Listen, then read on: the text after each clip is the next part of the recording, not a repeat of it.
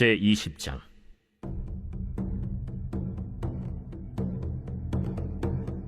마침 거기에 불량배 하나가 있으니 그의 이름은 세바인데 베냐민 사람 비그리의 아들이었더라.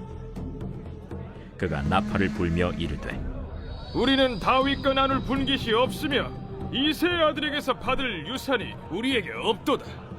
이스라엘아, 각각 장막으로 돌아가라. 이에 온 이스라엘 사람들이 다윗 따르기를 그치고 올라가 비그리의 아들 세바를 따르나 유다 사람들은 그들의 왕과 합하여 요단에서 예루살렘까지 따르니라. 다윗이 예루살렘 본궁에 이르러 전에 머물러 왕궁을 지키게 한 후궁 10명을 잡아 별실에 가두고 먹을 것만 주고 그들에게 관계하지 아니하니 그들이 죽는 날까지 갇혀서 생과부로 지내니라. 왕이 아마사에게 이르되, 너는 나를 위하여 3일 내로 유다 사람을 큰 소리로 불러 모으고 너도 여기 있으라. 아마사가 유다 사람을 모으러 가더니 왕이 정한 기일에 지체된지라. 다윗이 이에 아비새에게 이르되, 이제 비그리의 아들 세바가 압살롬보다 우리를 더 헤아리니 너는 내 주의 부하들을 데리고 그의 뒤를 쫓아가라. 그가 견고한 성읍에 들어가 우리들을 피할까 염려하노라. 요압을 따르는 자들과 그렛 사람들과 블렛 사람들과 모든 용사들이 다 아비새를 따라 비그리의 아들 세바를 뒤쫓으려고 예루살렘에서 나와 기브온 큰 바위 곁에 이르매 아마사가 맞으러 오니, 그때 요압이 군복을 입고 띠를 띠고 칼집에 꽂은 칼을 허리에 맸는데 그가 나아갈 때 칼이 빠져 떨어졌더라.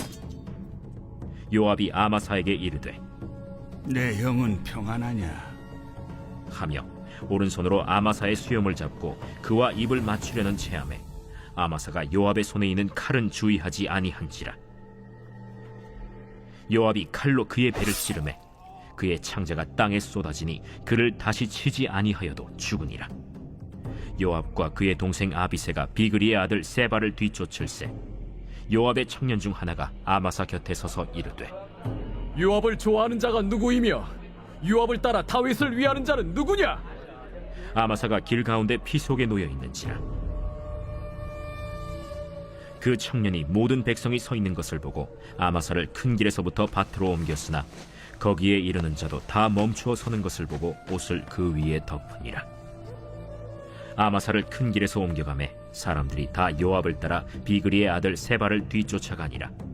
세바가 이스라엘 모든 지파 가운데 두루 다녀서 아벨과 벳마가와 베림 온 땅에 이르니 그 무리도 다 모여 그를 따르더라. 이에 그들이 벳마가 아벨로 가서 세바를 애우고 그 성읍을 향한 지역 언덕 위에 토성을 쌓고 요압과 함께한 모든 백성이 성벽을 쳐서 헐고자 하더니 그 성읍에서 지혜로운 여인 한 사람이 외쳐 이르되, 들을지어다, 들을지어다. 청하건대 너희는 요압에게 이르기를 이리로 가까이 오라. 내가 내게 말하려 하노라 한다 하라. 요압이 그 여인에게 가까이 가니 여인이 이르되, 당신이 요압이니까 들으하다. 여종의 말을 들으소서. 내가 들으리라.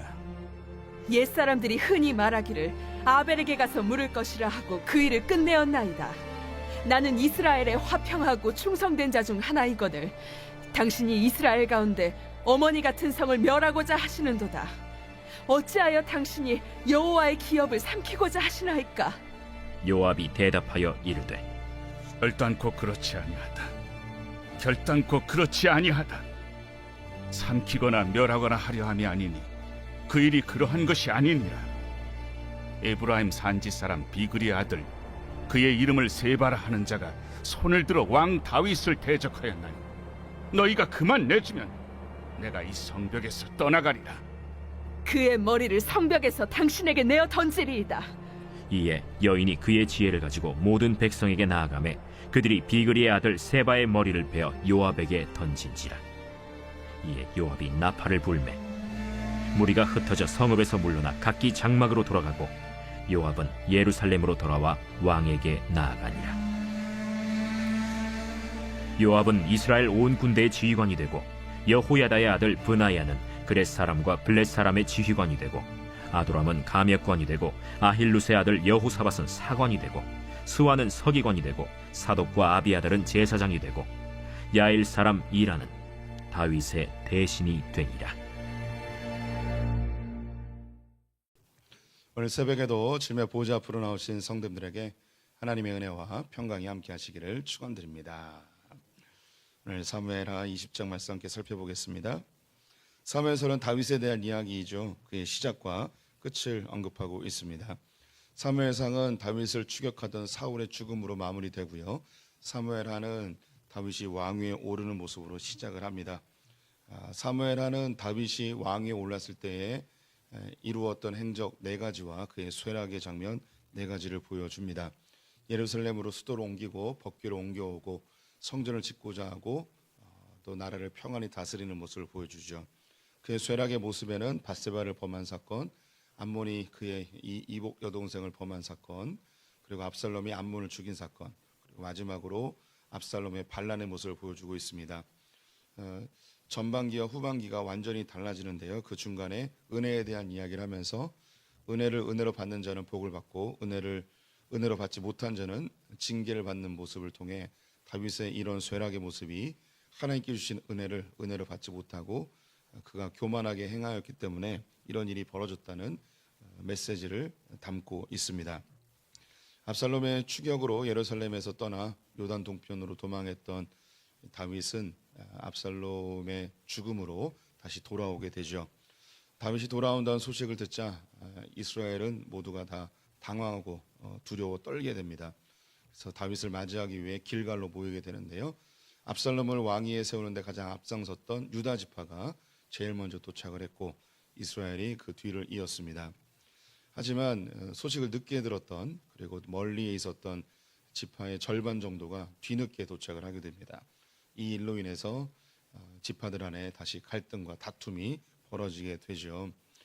그 이후에 오늘 20장의 모습이 등장을 합니다. 이렇게 이스라엘 안에서 다툼이 생깁니다. 유다 지파는 우리가 좀 미흡했다. 우리가 너무 조급한 마음에 다윗을 우리 지파 단독으로 요단강을 건너오는데 도움을 드렸다. 이렇게 좀 용서를 하거나 양해를 구하는 모습이었었다면 다툼이 없었겠지만 유다 지파가 하는 이야기가 우리는 왕과 같은 고류가 아니냐, 우리 같은 식구니까 우리가 칭이는 게 당연하지 않냐 하면서 그들의 기득권을 주장하는 모습을 보이게 됩니다. 뒤늦게 온 것, 그리고 다윗에 대한 두려움, 또 유다 지파의 그런 오만한 모습, 이런 것에 분노한 한 사람이 나팔을 불며 소리를 지릅니다. 그 사람은 이제 세바라는 사람인데요, 베냐민 지파였습니다. 그가 하는 이야기가 우리가 다윗과 무슨 상관이냐, 우리가 이 유다 지파랑 무슨 상관이냐 이야기하며 다 돌아가자라고 선동을 합니다. 이 소리에 안 그래도 기분이 나빴던 이스라엘 지파들이 각각의 지파로 다 돌아가게 되는 것이죠. 이 세바가 왜 이런 일을 했는지 성경은 이제 2가지 힌트를 주는데요. 첫 번째는 그가 불량배였다는 것이고, 두 번째는 그가 베냐민 지파였다는 것입니다. 그의 성정이나 그의 삶이 그렇게 온순하거나 그가 정상적인 사회성을 가지고 살아가는 사람은 아니라는 것을 보여주는 거죠. 베냐민 지파는 사울의 가문입니다. 그래서 베냐민 지파가 왕권을 빼앗기고 이 다윗을 바라보는 눈이 결코 곱지는 않았을 것임을 우리는 짐작할 수 있죠. 이렇게 이스라엘 지파들은 각자의 자신의 땅으로 돌아가고 예루살렘까지 함께 동행하는 지파는 유다 지파밖에 없었음을 보여주고 있습니다.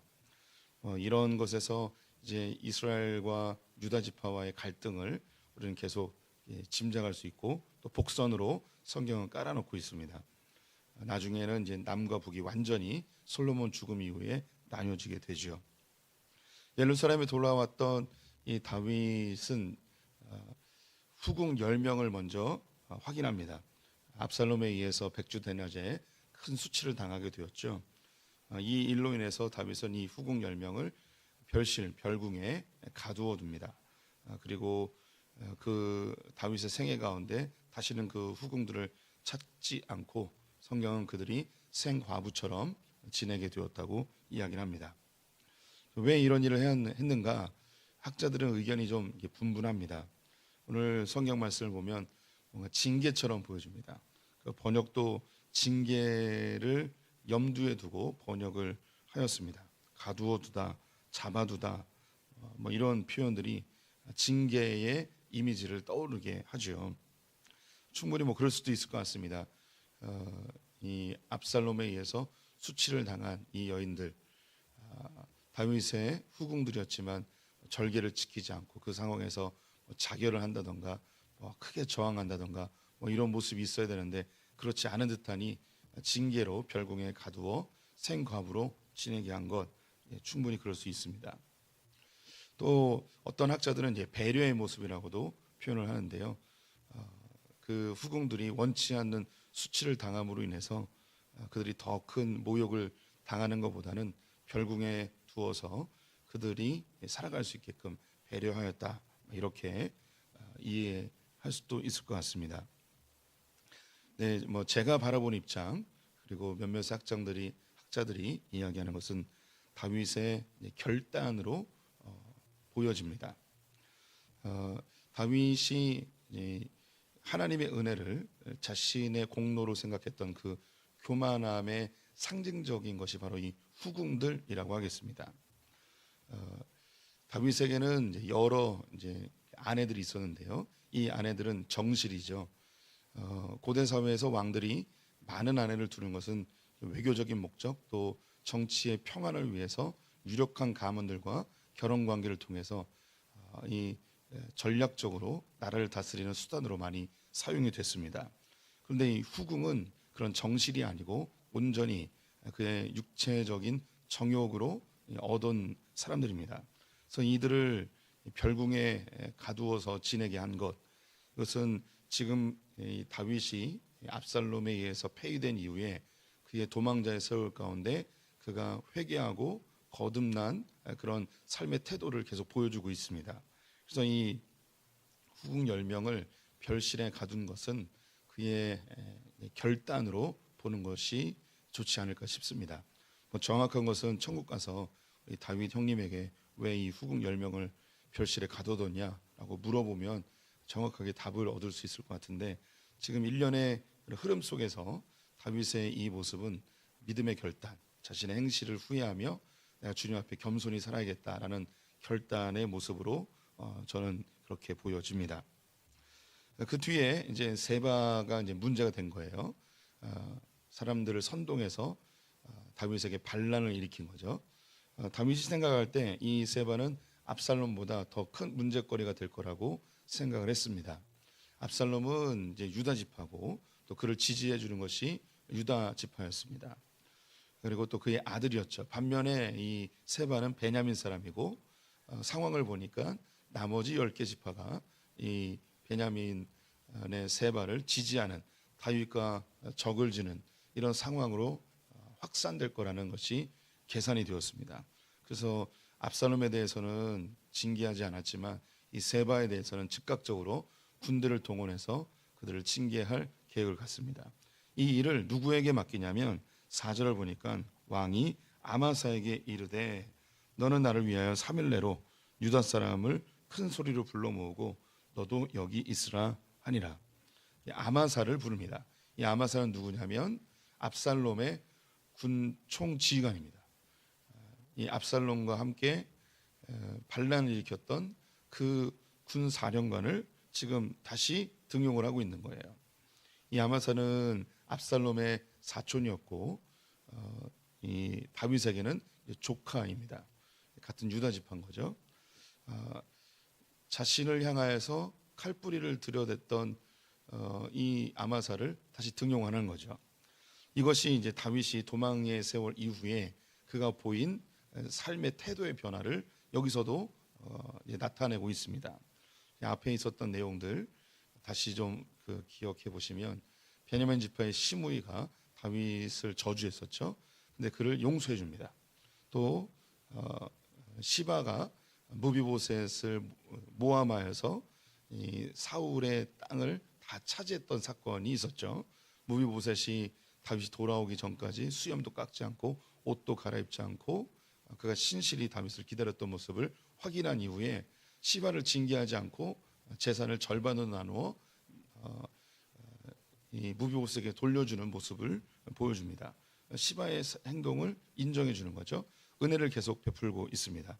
또 이스라엘 백성들이나 유다 지파들이 압살롬의 편에 섰었지만 돌아와서 그들을 징계하지 않았습니다. 또 그를 마하나임에서 공개하였던 바르실레를 예루살렘으로 데려와서 섬기고 싶다고 그가 은혜를 베푸는 모습, 계속 다윗은 은혜를 잃어버렸던 자가 은혜를 회복하는 모습을 보여주고 있죠. 그래서 이 아마사 역시 은혜를 베풀어 그를 등용하는 모습을 보여줍니다. 근데 여기서 이제 문제가 생깁니다.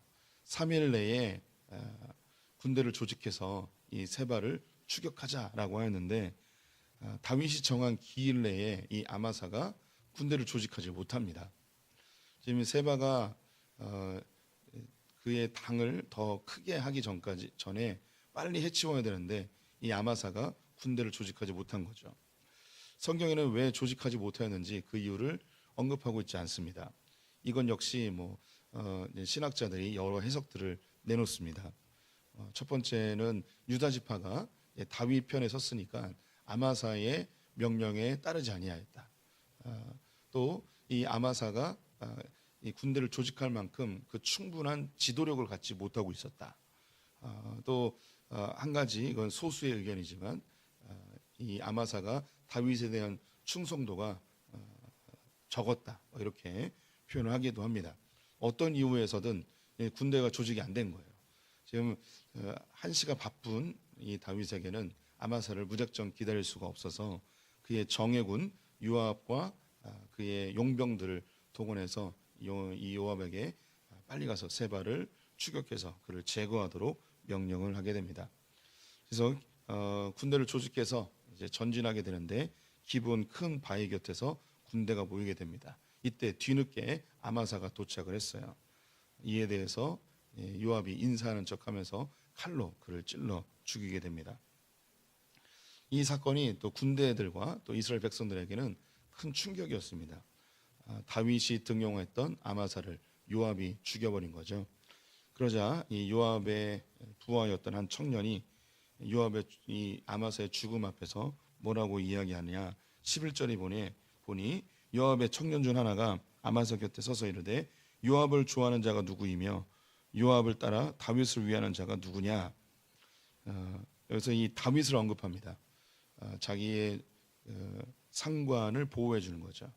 요압이 단순히 개인의 혈기나 개인의 정의감으로 죽인 게 아니고 이 일은 다윗을 위한 일이다 라고 하면서 너희들이 요압을 따르는 일은 다윗을 따르는 것이다 라고 하면서 그들의 마음이 요동하지 않고 요압 장군과 함께 세바를 추격하도록 독려를 하죠. 이래서 이제 그 아벨이라는 지역까지 가게 되는데요. 지도를 보면 아벨이 어디냐면 이스라엘에서 맨 끝입니다. 맨 꼭대기예요. 갈릴리 호수보다 더 위에 있는 성입니다. 이곳까지 세바가 도망을 간 거예요. 이곳까지 추격을 해서 이제 이 아벨이라는 성에 은신하고 있는 것을 듣고 그 앞에 토성을 쌓아서 이 성을 공격하려고 합니다. 고대 그 전투에서 이제 성이 있으면요, 이 성을 정복하는 방법이 문을 뚫고 들어가야 되는데 그게 쉽지가 않습니다. 그래서 이 성 옆에 똑같이 토성을 쌉니다. 흙더미를 계속 올리는 거예요. 그러면 이 흙더미가 높아져서 이 성벽하고 높이가 같아지면 이제 여기서 이제 공격하기가 쉽고 또 여기 사다리나 이런 물건들을 이용해서 성벽을 타고 올라갈 수 있게 됩니다. 그래서 토성을 계속 쌓고 있는 거죠. 그랬더니 그 성에 있었던 한 여인이 요압 장군을 향해서 소리를 집니다. 큰 소리로 이보시오, 이보시오, 내 말 좀 들어보시오 하면서 하는 이야기가, 옛말에 어떤 것을 결정을 내면 아벨에 가서 지혜를 구하라, 이런 말이 있지 않습니까? 이 아벨은 이스라엘의 어머니 성읍인데 당신들이 이것을 무너뜨리면 어떡하냐, 그러지 마시라 라고 이 여인이 소리를 지르죠. 그랬더니 요압이 우리는 이 성을 무너뜨릴 생각이 없다. 근데 이 안에 세바라는 놈이 숨어 들어가는데 나는 그 놈을 원한다. 그럼 알았다. 내가 그 놈의 모가지를 베서 드릴 테니 이 성읍을 무너뜨리지 마라 라고 여인이 이야기합니다. 그리고 얼마 있다가 정말 이 세바의 목을 베어서 성 밖으로 내어 던지고 전쟁은 마무리가 되죠. 그 맨 뒤에 나오는 것은 이스라엘 다윗이 예루살렘에 와서 다시 국가를 정비한 그들의 신하의 명단들을 언급하고 있습니다. 이 아벨 성읍에 대해서는 이 본문에만 나오고요. 그 외에 자료가 없어서 이 성읍이 왜 이스라엘의 어머니 성읍인지 이유를 정확히 알 수 없습니다. 그리고 중요한 결정을 할 때 아벨에 가서 지혜를 구하라라는 이 이야기도 왜 언급됐는지는 알 수 없습니다. 그런데 뭐 이 정도의 정보로 우리는 뭐 그냥 추론할 뿐인 거죠. 이 지역은 갈릴리 가장 위쪽 부분인데요. 이곳은 그 정치적 중립지대로 보통 언급을 합니다. 스위스가 이태리, 독일, 오스트리아, 프랑스 요 사이에 껴서 주변에 아주 강대한 나라들 틈바구니에서 그 중립국으로 선언을 하지 않았습니까? 그래서 어디에도 속하지 않는 그런 평화로운 땅이 되기를 원했습니다. 이 아벨이 그런 땅으로 이제 보여집니다. 위쪽으로는 이제 시리아 그리고 페니키아, 이스라엘 요 사이에 껴서 그런 정치적 중립국의 모습을 보이고 있습니다. 그래서 이곳에서 어디에도 치우치지 않고 가장 객관적인 판단을 할 수 있는 그런 곳으로 이 아벨이 사용되지 않았는가 뭐 이렇게 추론해 볼 수 있는 거죠. 어쨌든 이렇게 세바는 마무리가 되었습니다. 오늘 이 본문에서는 이 다윗과 요압 장군의 이런 그 태도의 갈등의 대립을 보여주고 있습니다. 다윗은 계속 은혜를 베푸는 자로 나타나고 요압은 계속 징계하는 자로 나타나게 되죠. 어쩌면 이 상황에서 우리가 이 현장에 있었다면 우리는 대부분 요압 장군의 성향이 나타날 것 같습니다. 왕위를 빼앗고 또 그 앞에 선봉에 서고 또 군대를 이끌고 다윗의 군대와 싸우기 위해 나왔던 적입니다. 이 아마사는 요압 장군의 적이고 다윗의 적이죠. 어떻게 나한테 이럴 수 있어? 하면서 이 요압은 몰래 칼을 숨겨두었다가 인사하기 위해 찾아온 이 아마사를 칼로 찔러 죽이게 되죠. 아마사가 어떤 과거가 있었는지 그리고 군대를 잘 조직하지 못해서 뒤늦게 온 뭐 그런 실책도 있고 여러 가지 흠이 있지만 어쨌든 이 아마사는 왕이 그를 용서하고 그에게 은혜를 베풀어서 다시 등용한 사람이었습니다.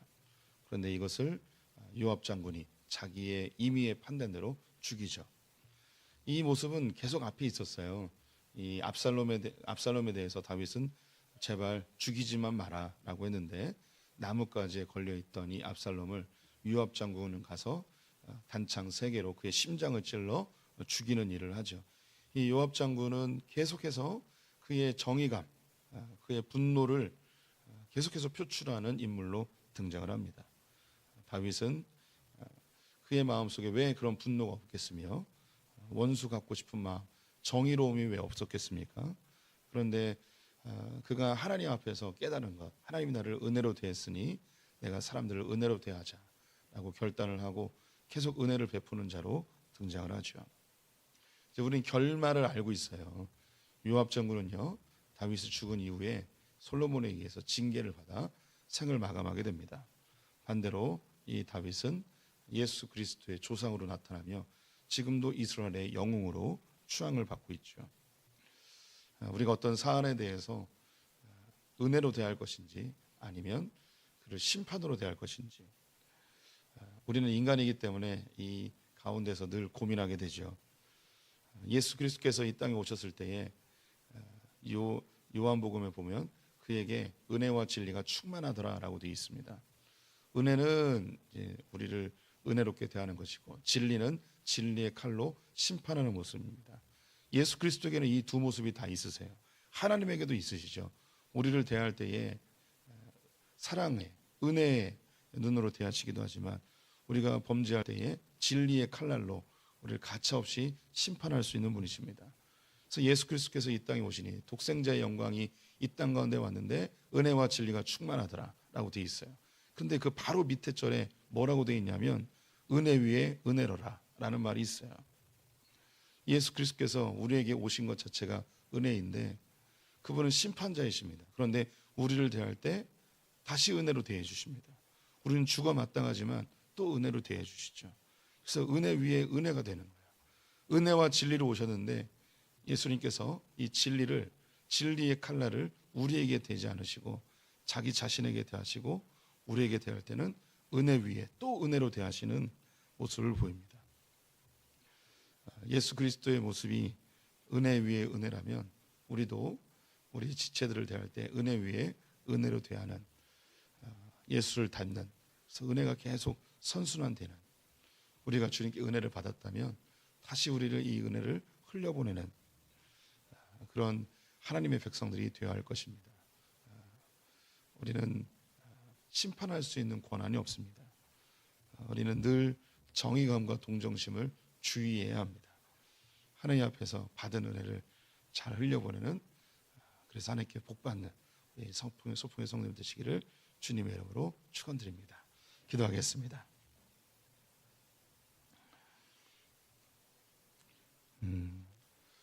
칼로 선자는 칼로 망한다고 하신 주님의 말씀을 기억합니다. 우리를 대하실 때 진리의 칼날로 대하지 아니하시고 부드러운 은혜와 사랑으로 대해 주시니 감사합니다. 우리는 죽어도 몇십 번 죽었을 철저한 죄인임에도 불구하고 은혜로 이곳까지 왔음을 고백합니다. 받은 은혜에 대하여서 은혜를 흘려보낼 수 있는 은혜의 통로들 되게 하여 주시옵소서. 다윗이 용서하고 은혜를 베풀어 그가 믿음의 대선배로 선 것처럼 우리도 받은 은혜를 기억하고 흘려보내는, 그래서 하나님 나라를 누리는 멋진 소풍의 성도들 다 되게 하여 주시옵소서. 오늘 하루를 주님께 의탁하며 예수님의 이름으로 기도드렸습니다. 아멘.